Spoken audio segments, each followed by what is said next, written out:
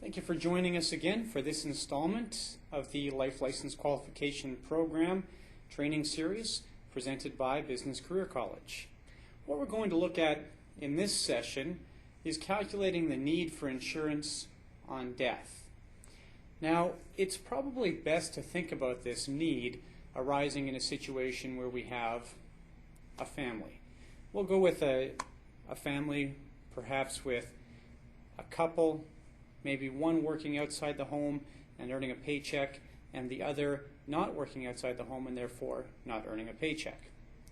When you see this type of question arise on the exam, or when you have this problem arise in real life, when you're out actually licensed and selling life insurance products, what I would suggest is that we try and break this down into the simplest steps possible.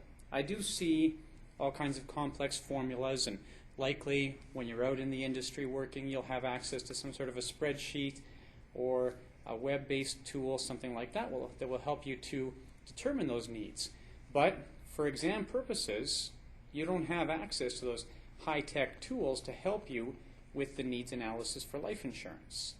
So I'd like to work through the process that I recommend to folks when it's time to do a needs analysis up for a couple.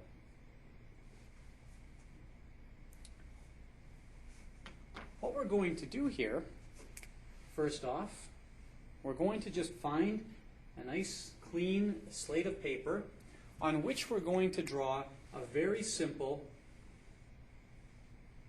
table, just like so, a table with two sides to it. And what I'd like to do now is I'd like to identify two sets of needs.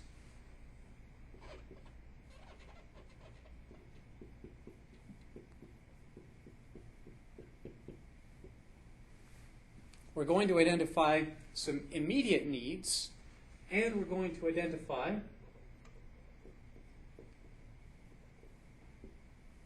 some ongoing needs. Now, not everything that we're going to deal with is going to be a need. Sometimes we'll find that we already have something available to help this family manage their situation. So here's what we might see. We can identify some needs that arise in the immediate. And we can also identify some needs that will arise on the death of our life insured, but it's probably not safe to assume that those needs are going to go away anytime in the near future. I'll show you some examples of what I'm talking about here in a couple of minutes. There will also be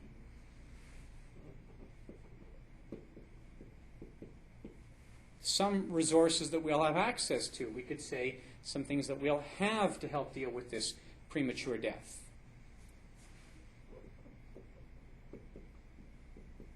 And in some situations, there might be a source of income that would continue despite that premature death.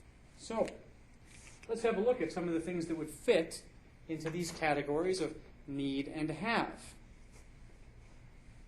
Let's imagine that we are dealing with somebody who's paid into Canada Pension Plan. As we'll discuss in another video, a contributor to Canada Pension Plan will normally leave behind a death benefit for their survivors. So, we know that that death benefit is going to be normally no more than $2,500. That's money that's going to be available immediately. It's money that we will have. So we could put up here the Canada Pension Plan death benefits as an example of a source of funds that we can use to deal with the needs that arise immediately on the death of this life insured. Now, that's not the only source of funds available from Canada Pension Plan. We might also have a ongoing pension, a survivor's pension. In fact, Canada Pension Plan does, in most cases, pay a survivor's pension to the surviving spouse and sometimes to the children as well. So we would put here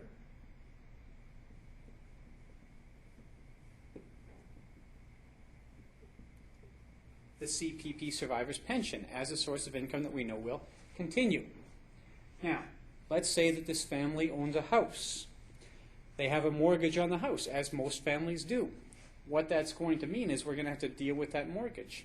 In most situations, given the opportunity, we're going to get that mortgage paid off right away on that death. Mortgages typically allow that type of thing, and then we don't have a surviving spouse who's worried about the mortgage every month for the rest of their working life or whatever you have. So we will usually put the mortgage over here as money we need to come up with in order to deal with this premature death.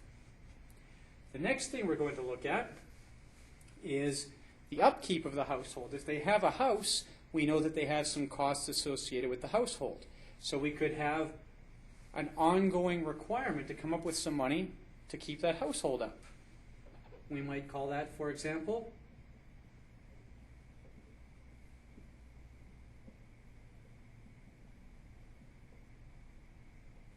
household maintenance. The money we need to come up with to keep the house running. Now, let's say that our life insured happens to work at an employer who offers a group benefits package. They might have a small life insurance policy as part of that group benefits package. So, that would be a lump sum of cash that would be available on that person's death. We would normally put that amount as a have right here. Our group insurance death benefit.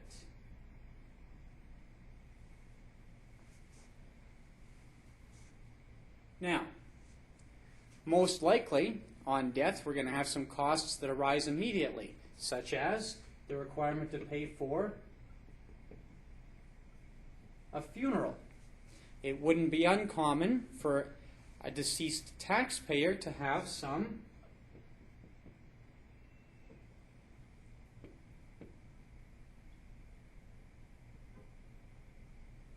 legal and accounting bills that have to be sorted out upon their death. So we may have some costs that arise in this sense. We discussed the idea that there are a couple of children in the mix. So with some kids in the mix, there's a bunch of further needs that are going to arise. We're going to have to, for example, feed and clothe those children. And then, other needs that we're going to have to deal with, for example, the education of the children, and so on. Now, we have a rough idea what kinds of things we're going to have to deal with and what resources we're going to have to deal with them on the death of this life insured.